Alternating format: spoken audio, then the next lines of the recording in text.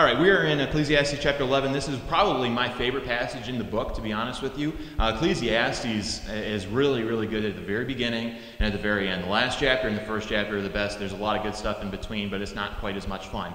Lord willing, we're going to have a little bit of fun this morning. Last week we picked on stupid people. This week we're going to pick on old people. Okay, so let me just say this at the outset, that if you're 150 years old and you're cranky, don't get upset at something I said. I might say something that's a little bit offensive because I'm too young and stupid to understand what's offensive to you. If you get upset by something I said, just go home, slip into your elastic waistband, take a Metamucil, watch the Weather Channel, have dinner at 4:30, be in bed by 8. Tomorrow, you'll forget all about it, okay? But we are going to be talking about older people. We're going to be talking about getting old. And these are not my words. These are not my ideas. These are Solomon's ideas, Solomon's words, and more importantly, they're God's words. So I'm just the mailman. Don't get mad at me. I don't write the mail. But this is what the message of Solomon's book is, especially towards the end. It's all about getting old. You remember Solomon at this point in his life is a very old man. He's probably on his deathbed. He's probably older than most people in this room. But he had a lot of wisdom to share, and I believe he was speaking to a younger person because this passage we're going to talk about today is not really directed at old people as much as it is at young people. And you might not consider yourself to be a young person by any stretch of the imagination, especially compared to somebody like me. But when you look at somebody like Ella or Marilyn, we're all youngsters. We're all just a bunch of punk kids. We have no idea what's going on. We've only been around the block once or twice compared to them. I'm just picking on you. But youth is in the eye of the beholder. You might not consider yourself to be young, but when you consider how many years you've got left, how many more opportunities you're going to have to serve the Lord, how many more days are left in your life, you could consider yourself to be young, even if you're in your 50s or even into your 60s. What do they say? That 60 is the new 40? People are living longer than they ever were before, and you might not consider yourself to be young, but I don't want you to shut this passage down or ignore what's being said here or think that it's only for the young kids, for teenagers and people my age, even though it is directed at that. Youth is one of those things that you don't just lose at one point. It's not like, when you hit 39 years old, you stop being young. Before that you're young and after that you're old. That's not the way it works. Youth is a spectrum. You might have more of it if you're my age. You might have less of it if you're Ella's age, but you still have some measure of youth. Okay, so that's what I'm trying to do to make you feel a little bit better about yourself and not trying to pick on old people unnecessarily. But Solomon is speaking primarily to younger people here in this passage this morning, and I believe we've got a lot of good stuff ready for us. We're going to start reading in verse number 6. I'm going to read through the entire passage so we get a good feel for it. Ecclesiastes chapter 6 through the 8th verse of the 12th chapter. Ecclesiastes 11:6. In the morning sow your seed, in the evening do not withhold your hand, for you do not know what will prosper, either this or that, or whether both alike will be good. Truly the light is sweet, and it is pleasant for the eyes to behold the sun. But if a man lives many years and rejoices in them all, yet let him remember the days of darkness, for they will be many, and all that is coming is vanity. Rejoice, O young man, in your youth, and let your heart cheer you in the days of your youth. Walk in the ways of your heart and in the sight of your eyes, but know that for all of these, God will bring you into judgment. Therefore remove sorrow from your heart and put away evil from your flesh, for childhood and youth are vanity. Remember now your Creator in the days of your youth, before the difficult days come, and the years draw near when you say, I have no pleasure in them. While the sun and the light and the moon and the stars are not darkened, and the clouds do not return after the rain, in the days when the keepers of the house tremble, and the strong men bow down, when the grinders cease because they are few, and those that look through the windows grow dim, when the doors are shut in the streets, and the sound of grinding is low, when one rises up at the sound of a bird, and all the daughters of music are brought low. Also they are afraid of height, and terrors in the way. When the almond tree blossoms, the grasshopper is a burden, and desire fails. For a man goes to his eternal home, and the mourners go out about the streets. Remember your Creator before the silver cord is loosed, or the golden bowl is broken, or the pitcher shattered at the fountain, or the wheel broken at the well. Then the dust will return to the earth as it was, and the spirit will return to God who gave it. Vanity of vanities, says a preacher, all is vanity. Solomon has three things that he's instructing young people to do. And the first thing, if you're following along in your notes, is to rejoice. Now, young people, myself included, are not really good at rejoicing. We're living in a very cynical age. I don't know, I've never really been in a different age, a different time, but today is certainly no exception, that we are very cynical people. And young people are especially susceptible to this because we've bought into this idea that as long as life isn't handed to us, then we are a victim. And that if everything isn't easy, then things are being too difficult and we're being taken advantage of. And this is just this victimizing dialogue that's really just some sort of political ploy to gain votes, I believe. But young people have a lot to rejoice over. And you might think that your life is difficult, but let me break something to you, especially teenagers. It's always been difficult to live. It's always been difficult to get ahead. Life is not necessarily more difficult for you than it was for your parents when they were your age. You have a lot to rejoice in. And Solomon's message in the first couple verses here is to rejoice. If you are a young person, you have a lot to rejoice over. The first thing that he wants you to rejoice in is opportunity. You have more opportunity as a teenager, as a young person, somebody my age, or as you go on, even in your 30s and 40s, you have more opportunity in the younger days of your life than you will ever have for the rest of your days. The opportunities that are presented to you will never come this way again. You can forever alter the trajectory of your life, your future, more when you're young than you ever will be able to when you're old.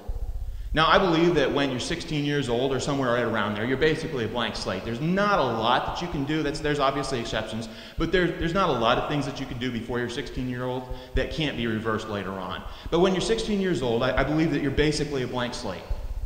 And the decisions that you make and the opportunities that you take advantage of when you're 16, 17, 18, and on you go, the opportunities that you take, the advantages that are yours, will forever change the trajectory of your life. Now, you can always change those things. You can always move in a different direction. You can repent. You can move. You can do different things as you grow older. But once you get to be into your 50s and 60s, you're 60 years old, the majority of your story, your book is written. There's not a lot that you can do to change it. But when you're young, you have opportunity, and that is something to rejoice in. Opportunity to do what? Well, opportunity to change your life, to make good habits, to make good decisions. To learn. One of the best things that I did as a youth, not to toot my own horn, but one of the best things I did when I was 12, from the time I was 12 to basically 18 years old, I probably worked at like 10 or 12 different jobs. Certainly none of them lasted for very long, but I was consistently working through that time, whether it was milking cows or mowing lawns, picking tomatoes and strawberries and that kind of thing. Certainly wasn't glamorous work. For the most part, it was on farms, so they could get away with paying me like $1 an hour. That was fun. But when you're a teenager, hey, that's cool, that's fun, it's better than nothing, right? Better than sitting at home and watching, Netflix and playing on your PlayStation.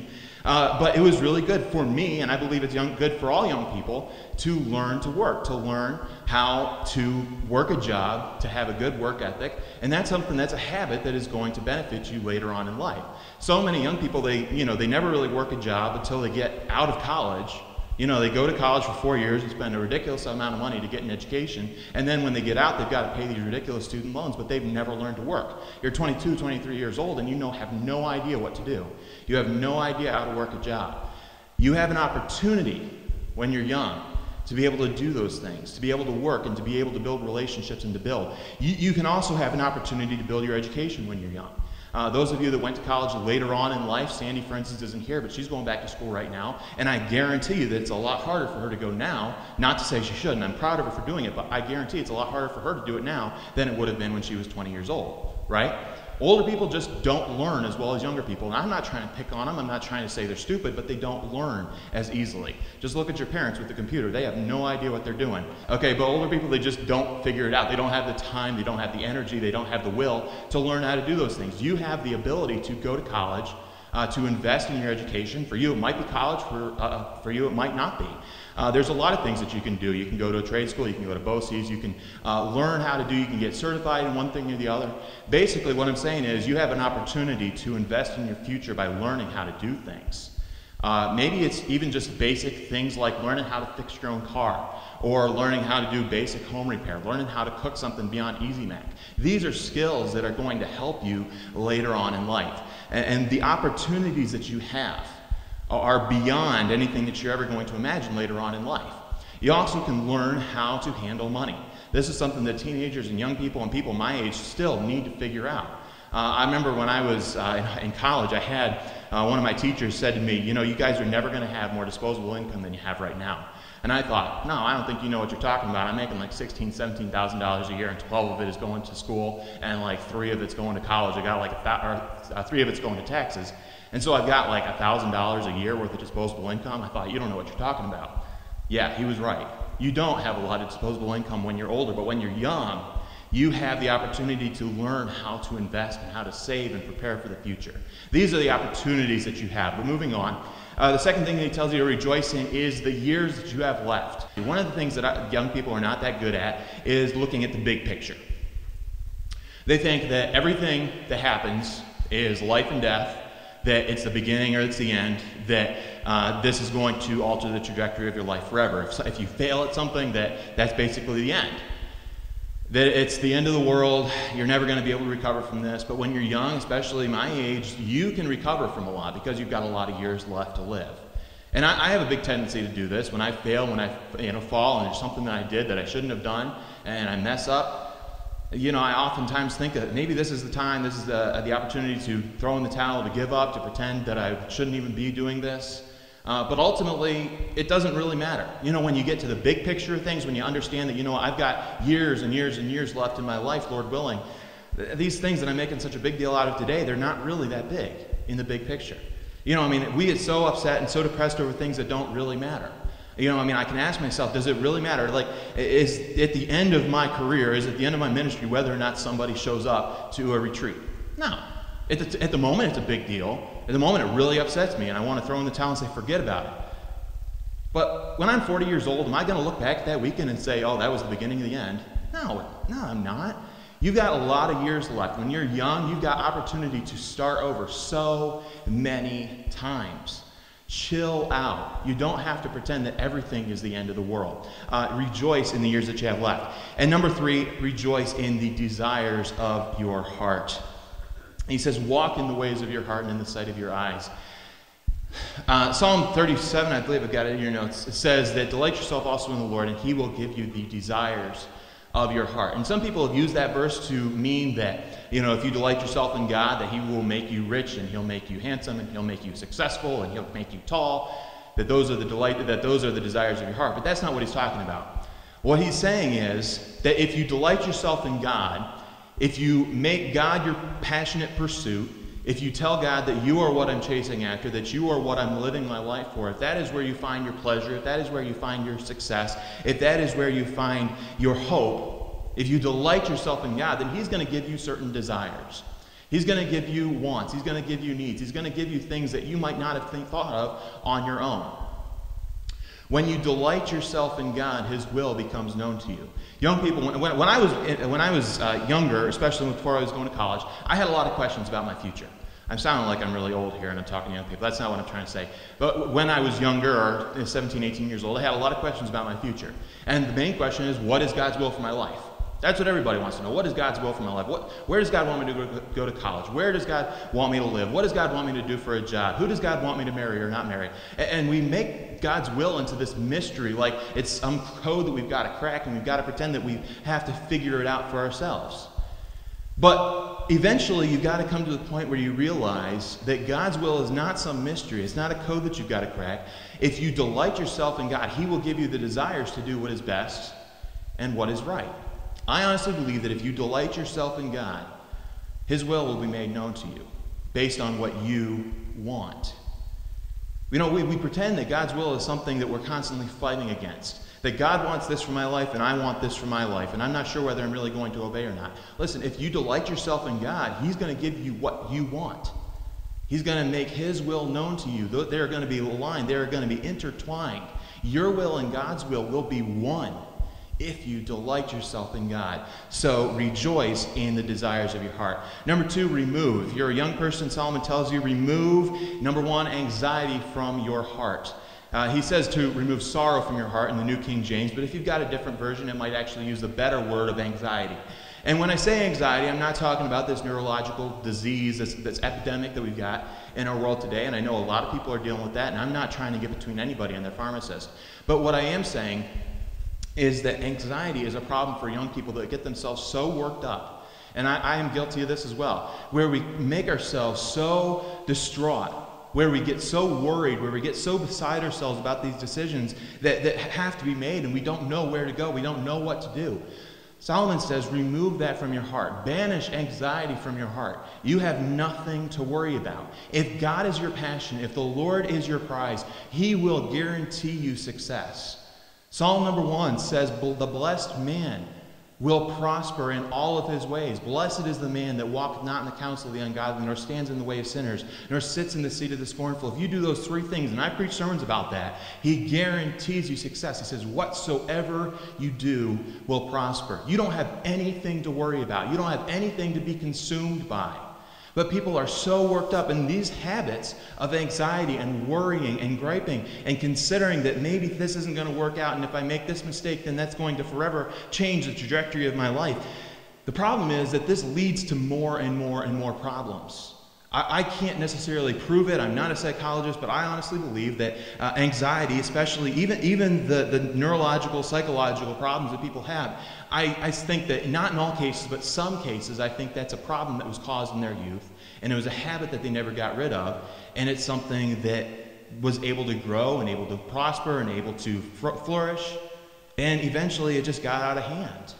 And I'm not trying to judge anybody. I'm not trying to say, and listen, if it is a legitimate chemical, neurological issue, then I'm not trying to get between you and your pharmacist.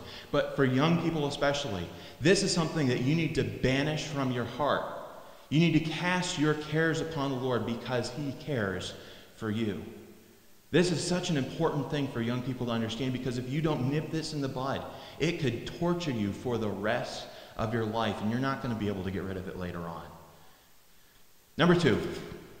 Evil from your flesh. Remove evil from your flesh. Psalm 119 verse 9 says, how can a young man keep his way pure? By guarding it according to your word. He says, banish anxiety from your heart and evil from your flesh. Most of the evil that we commit as adults and older people started when we were young. Started with small, little, innocent sin habits. Just a little bit of guilt, just a little bit of fear, just a little bit of this or that. And it grows and it thrives and it prospers and it becomes a huge problem. Nobody wakes up one day and decides, you know what, I'd like to be a convicted felon. I'd like to steal somebody's car. I'd like to ruin my marriage. I'd like to be a convicted sex offender. I'd like to do this. I'd like to do that. I'd like to ruin my life. Nobody wakes up then, on some morning and says, this is what I'm going to do today. It always starts when they're young. It always starts with a little sin, just a little pet habit that they can't get rid of, some secret sin that only them and God knows about. But it grows. Maybe it's just a little porn problem. Maybe it's just a little anger. Maybe it's just a little bit of lust. Maybe it's just a little bit of desire for something that shouldn't be yours. But it always grows. Solomon says if you want to succeed, if you want to thrive in your life, if you want to be an old person that is blessed, and we're getting into the older people here in just a moment, he says if you want to be successful and if you want to live and love as an older person, you need to banish anxiety from your heart, evil from your flesh, and childishness from your testimony. Now, when we're talking about childishness, I want to draw a clear distinction between being childlike and being childish. Being childlike is not a bad thing, especially when you're talking about your faith. The faith of a child is something that knows no bounds. Jesus himself said that if any of you do not come to me like a little child, you can't enter into the kingdom of heaven. Childlike faith is trusting faith, is a faith that knows but does not see, walking by faith and not by sight. That's what childlike faith is. But the difference between being childlike and childish is that childishness is shallow. It's selfish. And it is impulsive. Kids and children, there is a time for that. Paul himself said, when I was a child, I thought like a child, I talked like a child, I reasoned like a child. But when I became an adult, when I became a man, I put away childish things. That's what it says in 1 Corinthians 13. If you want to grow and if you want to thrive and if you want to be a successful adult, if you want to be the kind of man or woman that is after God's own heart, you need to banish these things from your life. Banish these things from your testimony. What do you do to replace that? Well, 1 Timothy 4:12 says, don't let anyone look down on you because you are young, but be an example to the believers in speech, in conduct, in love, in faith, and in purity. This is something that I kind of tried to model my life after. I haven't always been successful. But if you try to banish these things from your life, if you say, I'm done being a child, I'm done being shallow, and I'm done being selfish, and I'm done being impulsive and just doing what feels good, and I'm going to set out to be an example to other believers my age and people younger than me and people older than me, if you set out to be an example to other believers, you're going to banish childishness from your testimony, and you're going to live for the Lord. Number 3, remember. Remember your Creator in the days of your youth. Children and teenagers, young people, adults, we all need to remember that you are a created being. That you are created in the image of God, that you were created for a purpose, that you were created for a reason, that God has something for you to do in this world, that you have a purpose that nobody else has. You need to remember that you were created. Young people, teenagers, young adults, people my age, we have such a tendency to forget about God. To just go through our life trying to be our own God and pretending that we don't need our Creator.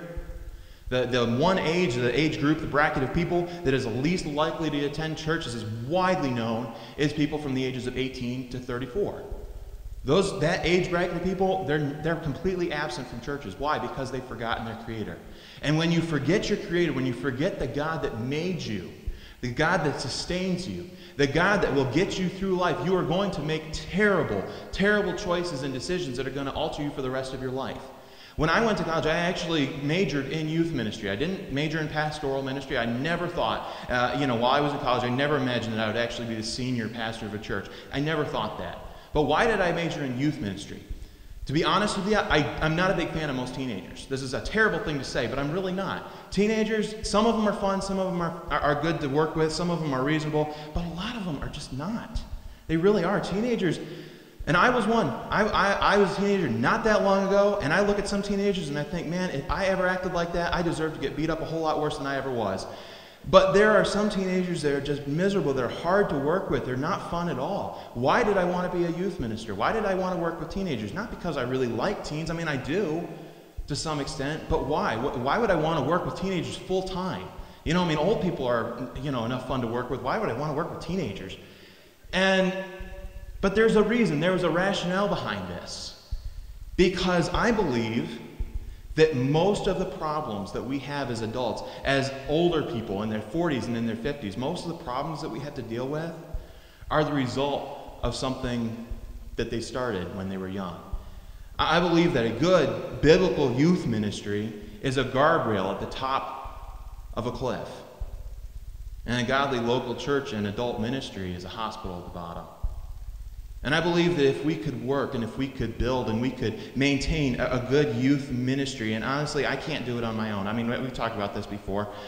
We started a youth ministry, went for about a year. There just wasn't a lot of participation. But anyway, I believe that youth ministry, and this is something that I can't just do as a pastor. You guys have got to be involved in this, working with your kids and with your grandkids and the neighbors and everything. If you can impact a child's life when they're 12, 13, 14, 17, 18 years old, when you can make a difference in their life and set them on the right trajectory of life rather than making them miserable for the rest of their life because of the stupid decisions they made when they were 19, 20 to 25 years old, you can forever change the trajectory of their life. They're going to live a lot less misery. I think a lot of the problems that we have as adults are caused because we didn't take care of those small problems when they were kids. You need to remember your Creator. Remind kids, remind teenagers, remind young people, people my age, that you have an awesome and powerful and loving Creator that wants to sustain you, that wants to get you through life, that wants you to make wise decisions, that will give you the desires of your heart if you trust in Him, that has given you a manual, a handbook, a guidebook to get you through life. If we can remind kids of that, we can save them from a lifetime of misery. Number 2, you won't be young forever. Remember, you won't be young forever. And this is the part that I was talking about earlier. This is the majority of the passage that we just read. Solomon is talking about older people, about the aging process. And there's actually quite a bit of humor here. Solomon is using a Hebrew form of humor. Different cultures think different things are funny. But he's using a lot of similes. He's using a lot of paraphrases. He's comparing one thing to another. Metaphors is the word I'm looking for. You read through this passage as we just did, and you think, well, it's talking about what? Doors and grasshoppers and the streets and the grinders. Well, what's all that talking about? Well, those are metaphors for how your body breaks down, about how you age as time goes on. And there's a little bit of controversy about what these individual things are, and I might be wrong, I might be right, who knows? Study it out for yourself. If you've got a difference of opinion, talk to me. I don't have a problem with that. But these are the things that I believe he's talking about. In chapter number 12, in verse number 2 it says, verse number 1, remember your Creator in the days of your youth before the difficult days come. And the years draw near when you say, I have no pleasure in them. While you're young, you're able to do things that you won't be able to do when you're later on in life. There are things that you are not going to be capable of. And when you're older, you're going to get to the point where you're saying, I have no pleasure in the days that I'm living. Life is not fun. Life is miserable. He says, while the sun and the light, the moon and the stars are not dark, I'm talking about your eyes growing dim, your sight growing less and less capable. Some of you don't even have arms long enough to read the newspaper without your glasses. Okay? And then he says it keeps on going to verse number 2. And the clouds do not return after the rain. He paraphrases, he uses this image, this metaphor of older age and people that that are older in years. And he says, a lot of times for those people, it's when you've got one rainstorm and one cloudy day after another. You never see the sun, you never see the moon, the stars, anything like that. Why? Because the clouds are constantly there. And for a lot of older people, this is very true for them, where it's just one physical problem after the other. Some of you, it's just one thing that happens, and then you've got another thing, and another thing, and another thing. Some of you haven't had a good day physically. You've never felt as good as I do every day. You haven't felt good in over, 10, 15 years. You just have one thing that happens. The clouds just roll in, one right after the other. You never have a good day. Some of you have got like a full pharmacy in your medicine cabinet. Or you've got this pill counteracts the side effects of this one and this one and this one. You've got like 15 pills that you've got to take twice a day, because there's so many physical problems that you have. He says in verse number 3, in the days when the keepers of the house tremble. What's he talking about there? I believe he's talking about your arms and your hands, where you just get the shake. So you've got your own personal earthquake going on here. My grandpa's like this. He can't drink he can't drink a cup of coffee without spilling half of it. I found this out when I was working, when I was waiting tables earlier on through college. And if you've got an older person, like somebody really old, you don't fill their coffee cup more than about half full. Otherwise, you're going to be cleaning it up the rest of the time. You got to keep on them, keep it about half full all the time. But you don't want to fill it all the way up, because their hands and their arms, they tremble. If this is you, raise your hand. I'm just kidding. He says, and the strong men bow down. Older people, they don't walk around like this. They walk down. You get to be 50 and 60 and 70 and 80, and 90. By the time you get to be 100, you can tie your shoes anytime you feel like it. He says, when the grinders cease because they are few. What's he talking about there? The grinders cease. Some of you are already there. The grinders cease because they are few. You're talking about your teeth. They're gone. You're getting old when you sink your teeth into a steak and they stay there. What he's saying here is that, listen, young people, you need to enjoy your life and enjoy the food that you have. Enjoy everything that God gives you, because sooner or later you're going to be eating dinner through a straw. He says, enjoy your teeth while you got them. And those that grow through those that look through the windows grow dim. Once again, probably a reference to cataracts. When the doors are shut in the streets. This one, I'm not 100% sure what it's talking about. Most people believe this is talking about digestive issues, when the doors are shut in the streets and you can't really do all the things that you used to be able to do. You don't have a lot of control over that. You can't pee, you can't poop. Not to be crass, not to be crude, but this is just reality. I mean, we're all people. We all have bodies. I put my pants on one leg at a time like everybody else. I know what we're talking about here, and so do you. I heard a joke once about 3 old men in a nursing home, and they were talking about all their health problems. And the one said, oh man, I've got this enlarged prostate. I can't pee. I get up half the night. I'm up trying to pee, but I just can't. And so the second guy says, oh, that's nothing. I have all these pills that the doctors have got me on. They got me so blocked up, I haven't had a bowel movement in 3 days. The third guy says, you guys, you got nothing. My problem's a whole lot worse than yours. First guy says, what, can't you pee? He says, no, I urinate pretty much every morning, right at about 7:30 at sharp. You can set your watch by it. The second guy says, well, can you poop? He says, yeah, I poop every morning at 7:45 sharp. And he says, well, what's the problem? He says, I don't wake up until 8.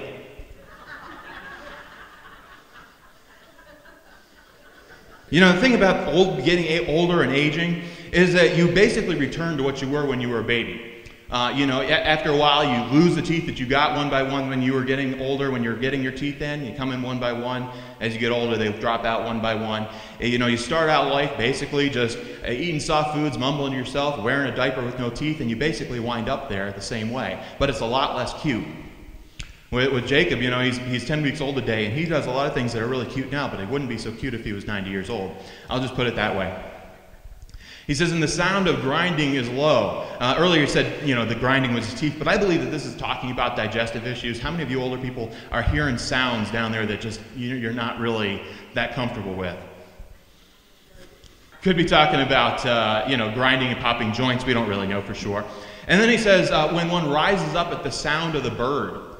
Older people wake up really early. I've never been able to understand this. I lived with my grandparents for like 9 months right before we got married. I lived with them just to save on some rent and stuff. And I'd realize these guys, they wake up at like 3:30 in the morning.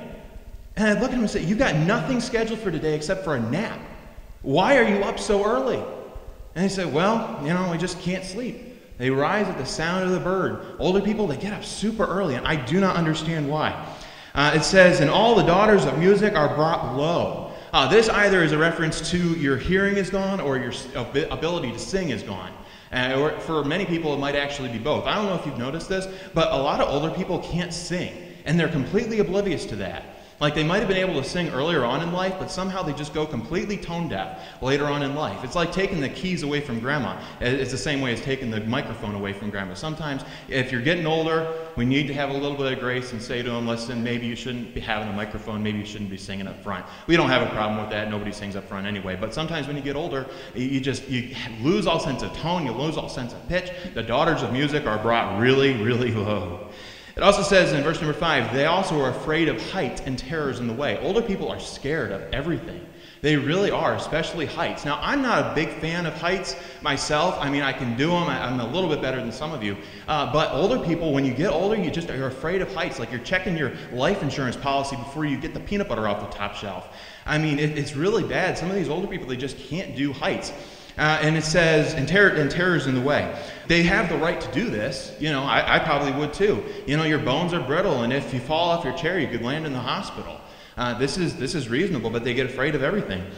And it says, when the almond tree blossoms, this is talking about your hair. The almond tree, and when it would blossom, when it would flourish, it would turn white. It had white blossoms in the spring. You wouldn't see any green on it, just white. And some of you guys know what this is talking about, where your own hair is growing white, or for some of you, it's growing loose, one way or the other.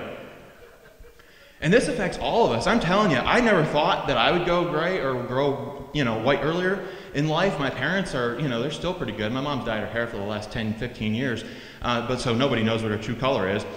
But for me, I never expected this to be the case. I can't even grow a mustache, and yet I'm plucking white hairs. How messed up is that? I'll pluck one, and like 2 weeks later, there'll be a family of 5. I don't even know where this is coming from. I found a white hair on my chest a couple of weeks ago. I couldn't believe it. I said, this is not right. I don't know whether it's the fact that I'm not getting enough sleep or whether the church is just giving me too much stress or it's a baby. I don't know. I shouldn't feel this old. I really shouldn't. I'm 24 years old, 25 this week. I shouldn't be dealing with this, but white hair is just a part of life. And it says that the grasshopper is a burden. What's this talking about? Older people are bothered by everything. Little things that shouldn't bother them, they get upset, they get concerned, they're frustrated, they complain about things that shouldn't be a big deal. They make a big deal out of everything. Stuff that normally wouldn't bother them, like a grasshopper, it's just the end of the world. It says, and desire fails. And yes, this means exactly what you think it means. This is about 2,000 years before the advent of Viagra. When it says desire fails, that's probably the most politically correct way of saying this, but if you go back into the Hebrew, it's actually a very profound and very explicit way of expressing what he's talking about here. He's not even talking about the desire, he's more talking about the ability. I mean, just imagine, poor Solomon here, he's got 1,000 women at his disposal and he can't do anything about it. What he's saying to young people is here, listen, if you're married, chase your wife. And if you're married to your husband, the wife should run slow. Okay, you need to make sure that you take advantage of this as much as you possibly can. Not to be crass, not to be rude, not to be mean or anything. But listen, you're only going to have so much opportunity to be able to do this. You need to be able to use as much of it as you possibly can. Desire fails. For some of you, getting a little action only happens when you take your fiber supplement.